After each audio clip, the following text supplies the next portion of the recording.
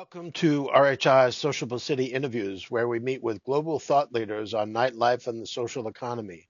Today we are here with Stacey Forrester, the Education Director of Good Night Out Vancouver, a British Columbia-based nonprofit that works directly with the hospitality, music, and art sectors to prevent and respond to sexual violence, creating safer spaces for both workers and patrons. Well, hello, Stacey. Great to meet you. I'm so excited about this discussion. I think this is an important area that I know as an organization we've been focused on for 40 years, but I know that it's an evolving field and there's new innovation like the work that you're doing in Vancouver. And so I'm really excited to meet you and to really get into some difficult conversation about really an important issue. So please give us a little bit of a background of who you are and how you got started and what you're doing. Yeah, so my name's Stacey, and I started my career actually as a nurse. I went to university for nursing and spent most of my career in harm reduction, so supporting people across the spectrum of substance use. And then partway through my career, started to zoom out and think about what else I was interested in. I went back to school and did a degree in gender studies and really started to take an interest in sexual violence as a public health issue, just like, the harm reduction lens, just like substance uses. And that was really the birthplace for Good Night Out. So I do really bring that public health lens to this conversation, which I think has been really helpful in advancing the conversation. Before we started this, we talked about that term sexual violence, and that's one way it's described. And I think from my experience, it's more so out of the US than it is in the US, because I think in the US we don't necessarily want to think of it as violence. But and there's that continuum of interactions that people have. So how do you describe that continuum to where you have flirtation to, leering to comments that might be interpreted as harassment, which then some physical touching, which could be an aggressive act, and then the violence, which might include something on a more personal, intimate, and obviously hurtful way. So there's that whole continuum. So how do you help people to understand the difference between, hey, the guy's just flirting with this woman, and you're calling it sexual violence? I mean, how do you help people to see that continuum? Yeah, so we do about 100 workshops a year, and this part of it is one of my favorite parts to talk about because, like yourself, a lot of people in the audience are, like, hold up, why are we using this term? I'm feeling discomfort. And what I help them to see is that the word continuum is perfect. On one end of the continuum, we have dynamics that are healthy and safe. We know that flirting is a part of nightlife. Many people seek out nightlife experiences with the intent to make a connection. And healthy flirting is when both people are participating. And if one person says, you know what, I was having a good time, but now I'm not. Thank you for this. I'm no longer interested. It stops. There isn't pressure, there isn't kind of pushing. And so then as we move across the continuum, there are behaviors like leering, really staring at someone. And these are important to include for a couple of reasons. One is if you surveyed a room of women and said, "Have you ever on a night out turned around and had someone intensely staring at you?" A lot of them would say yes. And then if you ask them, how did that impact your night? Many of them would say that was enough for me to leave. Every time I turn around, someone is looking at me, made me feel so uncomfortable. I left the venue. I left the establishment. I left the nightclub. And as a business owner, you don't want people leaving because they feel uncomfortable. So I introduce this continuum because I hope that establishment owners can see that if we wait until something crosses the threshold of a legal definition of sexual harassment or a legal definition of sexual assault, we've actually missed a whole bunch of behaviors that could have been corrected, that maybe could have prevented the escalation from leering to inappropriate comments to groping to more explicit behaviors. So it's actually quite helpful to think of sexual violence as a spectrum because it becomes a prevention tool. And with the right skills, you can learn to recognize behaviors way before they climb the ladder, right? The ladder analogy is really helpful. It is way easier to get people safely off a ladder when they're on the bottom two rungs. But if we wait till they're up at the top, there's just a lot more risk. And so that's kind Yeah. of how I explain it in our workshops, that it might feel scary, but it's actually very helpful to speak about it that way. No, that's a good way of looking at it. When I used to do alcoholism counseling, I talked about drinking as being on an elevator. You know, you have Mm, a stain, safe, responsible, risk, problem, um, psychological addiction, and then physical addiction. So it helped to communicate that drinking is on a continuum. But this is a good way. I mhm. really like the way you made that metaphor to the ladder, because I think that's always one of the things that comes up is, yeah, so why do you call it sexual violence, you know? And so you see that as like the top rung of the ladder, or do you see every step of the ladder being violence? Yeah, I personally see every step of the ladder as being some form of violence or a precursor to violence. I think that violence, when we talk about violence against women, it does include, and this is perhaps controversial, and this is one of my favorite things. I'm looking forward to the summit to have these rich conversations, is that I do believe that it is violent for, women and marginalized genders to be exposed to locker room talk or banter or things like that. Like those are all attitudes that contribute to a culture of violence against women. So you're with Good Night Out Vancouver, which I saw started in 2017. You began there in 2016. I actually read that paper you wrote about that, what it was that I'm not that guy or something, or that's Mm-hmm. not me or whatever. And I don't know if that was a personal history or if you were just making up a story, but it was interesting the way you evolved from a young teenager to all of the situations that occurred in your life from that perspective of being a woman going through the stages of your life. And I know that you talk about things just in terms of your gender studies, that it's not always just the male female. It's people in transition. It's people who identify in different ways. And so do you see your work with Good Night Out as really encompassing all of this? Definitely. I think another common misconception I come across in this work is that this conversation is exclusively about protecting women and it's exclusively about men as perpetrators. And that is not true. We know that people of any gender can be victimized, and we know that people of any gender can also, commit harm towards other people. So, while we do know that the large majority of people who are victimized are women, this is a conversation about making safer spaces, or what we call protective spaces, for all people, regardless of how they identify. Is that these are conversations to keep yourself safe, to keep your business safer, um, without assigning any one party or gender as responsible. I read that you referred to two stories, and I think that's an interesting, because I took a women in history study, and we went through all of the evolution of all of this. And two story I think was an interesting way to describe some people, and that really helped me to understand this kind of blending of like we would consider the biological sexes to the gender blending, that it was a term, and I think it's less common in the United States, but I've heard it in Canada more.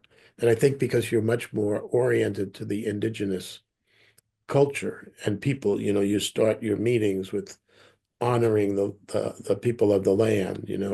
Some places in the U.S. are starting to do that, but you're never going to see something like that in Florida. And so I thought that concept of the two-story and the blending was a good one. So what you're saying is it's almost like you're creating the place with the people with two stories, regardless of what those stories are. It's the blending of cultures and people so that they feel comfortable. And that's really the mission of Good Night Out from your perspective. Yeah, I think there is a misconception. Again, I think misconceptions is kind of a theme today, but I refuse to think of safety as a pie and that, everyone gets a slice and we're all out and we're going to run out. I do think that if you create the right conditions, safety is an infinite resource. And it's not about I think sometimes people get too caught up in siloing this conversation. And I really try to teach people in our workshops that if you think about who is maybe the most vulnerable person in your space, whether it's due to gender identity or racial background or whatever, disability, and you think about their experience and creating a better space for them, everyone benefits. It's not, when you put in accessibility measures for people with wheelchairs in your restaurant, it's not only people who use wheelchairs that benefit from this. It's another bathroom. Mothers can use that bathroom, Hmm. people with temporary medical needs can use that bathroom. I don't personally have a physical disability, but I know that I can bring my mother there, which makes it a place that's more appealing for me. So I try to encourage people to just stop thinking about this with tunnel vision. It's not just about making your safe space safer for women. It's about creating the safer conditions from which everyone will benefit. Your workers will benefit. Yeah. Now, when I told you before, I worked in the disco world back in the early 70s, and a lot of the disco world revolved around the gay clubs. And in the gay clubs, you still, the same kind of continuum of violence exists. From the flirtation to the kind of engagement to the I don't want to be involved, and then you have the aggression. So do you work specifically also with the LGBTQ communities and clubs that are maybe have much more of an orientation to the gay sexual life than the heterosexual life?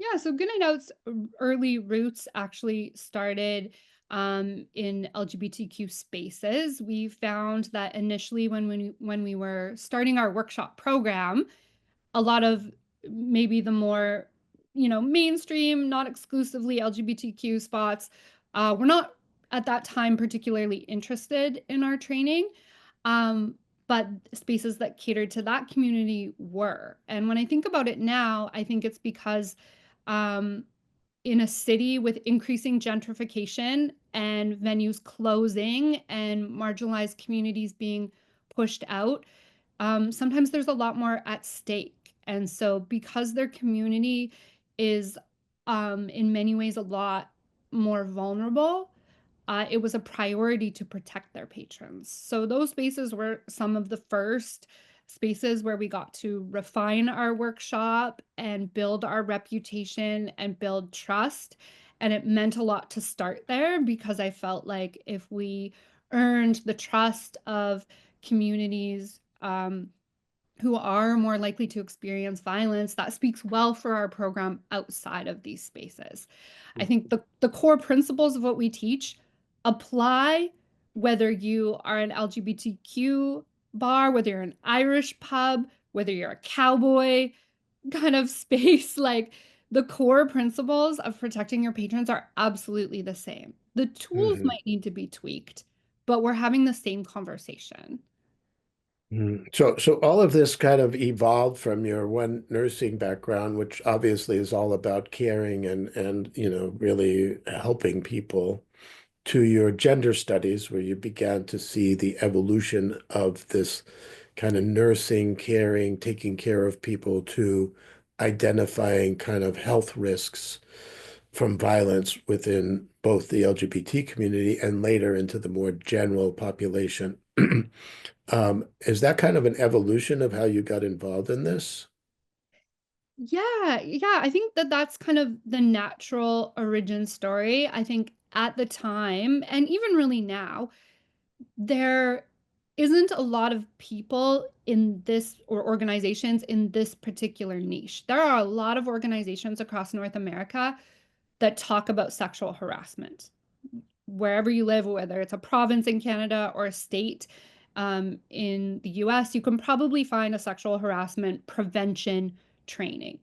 There are very few who understand the very unique conditions of food and beverage, right?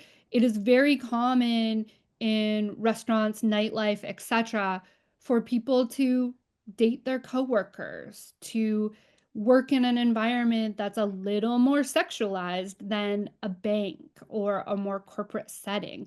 And so we realized really early on that a lot of those more traditional trainings just don't land with this industry, right? Nightlife at its core, it's very sexy, it's very adventurous, and talking about sexualized violence is not those things.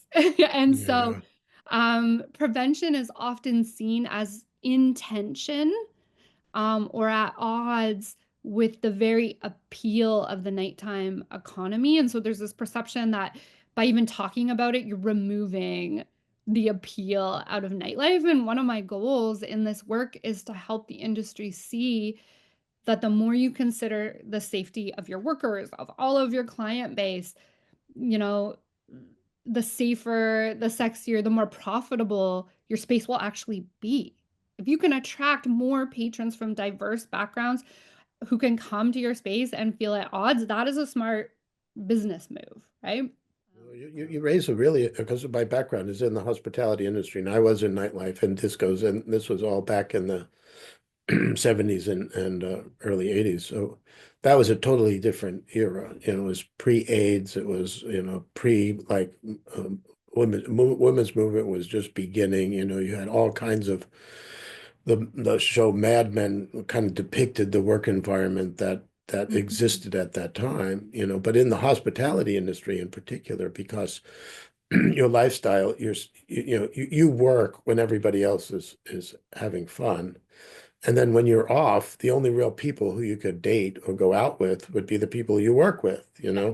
So then you have that crossover of personalizing relationships outside of work because you really have few other choices. And that dynamic, I think what you're saying, or at least I interpret what you're saying, that dynamic raises, from a management point of view, different challenges than people working in a bank, where it's pretty obvious when somebody is touching somebody or getting too close to somebody. But when you're working in a busy restaurant and you go in the kitchen, you got to pick up the food, you're constantly touching other people. You can't not help but touch people. Hey, I'm coming behind you or whatever. That's kind of a part of the work.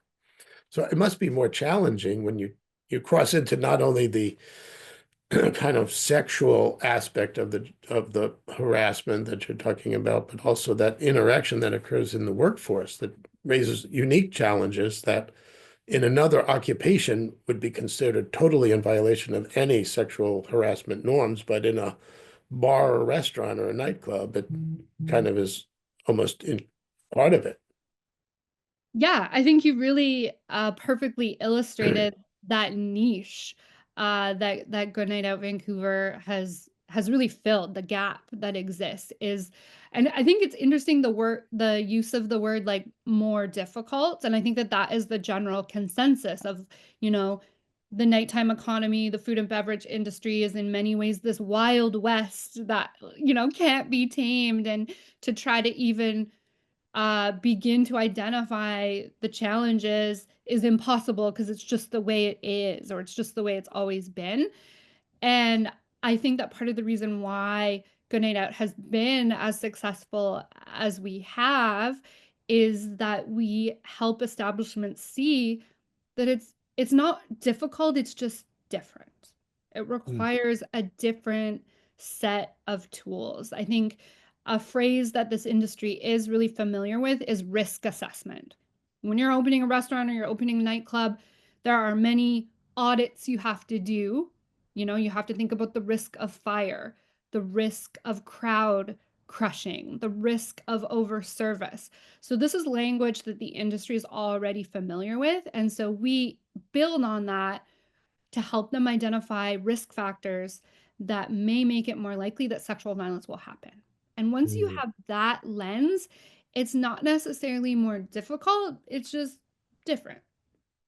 Now, it seems like your program also extends into the public space because it's one thing to really have trained staff, the identification of potential escalating violence, and you had talked about drug facilitated sexual assault and on your website, where you not only have alcohol intoxication as creating a risk factor, particularly for women in that situation, but also now you have drug facilitated sexual assault with spiking and other types of intrusive ways in which men in particular, although it doesn't have to be specific to men, but traditionally it's more or often that really engage somebody and then take advantage of them. But then people leave outside of the venue. So whatever controls you might have, obviously, if you're controlling for intoxication and you're controlling crowd control and you're not letting people get too close together where sexual harassment might occur just because of lack of crowd control and facilitation of space between people. But once people leave, and particularly if they're impaired, either from alcohol or drugs, and they're out on the street. You also have another part of your program that is to have the eyes and ears on the street to see a person that may not be currently, the way I interpret what you're doing out there is it may not be interpreting them as being in a situation of aggression or violence, but as having the potential and to assure that they're safe and you arrange for them. Is that the way that you look at what you do on the street, or maybe am I misinterpreting it? Yeah, that is a great illustration of what our Granville Street team does. So to help paint the picture, Vancouver has a nightlife district like most urban centers do. It's about 8 blocks long, and there's a higher concentration of late night spaces, whether it's nightclub or lounges with an extended hours license or a music venue. And around the time we started, 2017, this district was under a lot of scrutiny for the chaos and disorder that it brings. And city council was not threatening, but indicating that they wanted to come down heavy on the establishments in this district to take more responsibility. And in looking at a bunch of options, it was decided that a working group would be struck and we would pose solutions. So we were invited to participate. And I had just finished up some research on some work being done in Amsterdam. They had just gotten a nighttime mayor around that time, and they had what they called club hosts who were working in the public square. And I thought, I think there's something there. I think that a foot patrol team out at night could be a solution. And that started as a pilot. So this team works outside the venue. So you're right. When people are inside your space, we have some degree of control over them. But once they are off the property, who governs them? Who's in charge of their behavior and their safety? And so it's a team of 4. They work midnight to 4 a.m.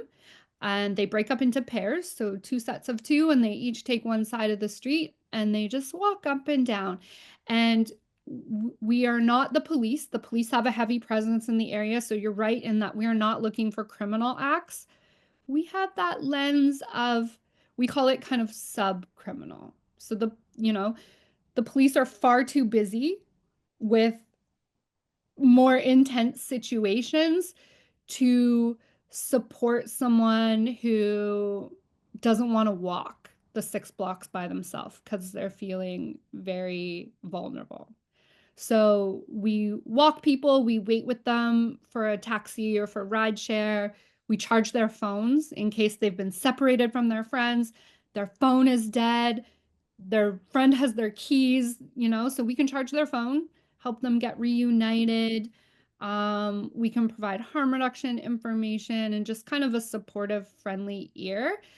And we do intervene on a lot of harassment. So maybe there'll be a young woman on a bench, visibly intoxicated. Us, with our perspective, we can see that around the perimeter, there's a couple people who are maybe watching her in a predatory way. So we swoop in, one of us on each side of her, and we're like, "Hi, friend, what do you need? We have snacks, we have water. Have you figured out a ride home?" And we will see the people around her perimeter kind of moving Going on. away. All right, well, we're going a little bit over my time here, but this is so fascinating. I could talk to Yeah. you forever. But let me ask, so we just did we call it Trend Spotting Forum, and this past year we had a conference in Dallas, and we had this woman come from 30 by 30 initiative, and her goal is to get 30% of police cadets women by the year 2030. And they identify how women officers tend to resolve conflicts more efficiently. They're less likely to use force and all this other stuff. So with your street ambassadors, do you find how well? And we talked about, and I interviewed her. She's on my interviews. You might find her interesting, Yvonne Roman. But we talked about male officers and female officers in responding to situations and being able to identify risk.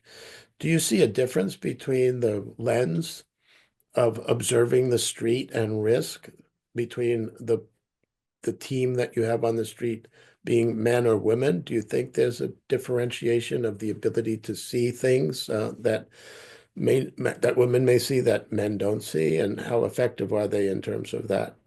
Yeah, I feel like I have a few points on this. I think before we hit record, you and I were talking about kind of audits you did and bringing young women to you to bring their perceptions. And the idea of perceptions of safety is really fascinating to me because sometimes we rely on hard, tangible numbers. How many sexual assaults were there?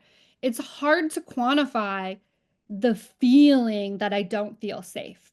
An establishment could have a perfect track record, no harassment cases, no sexual assault, no drug facilitated sexual assault, but I can step in and be like, something doesn't feel safe.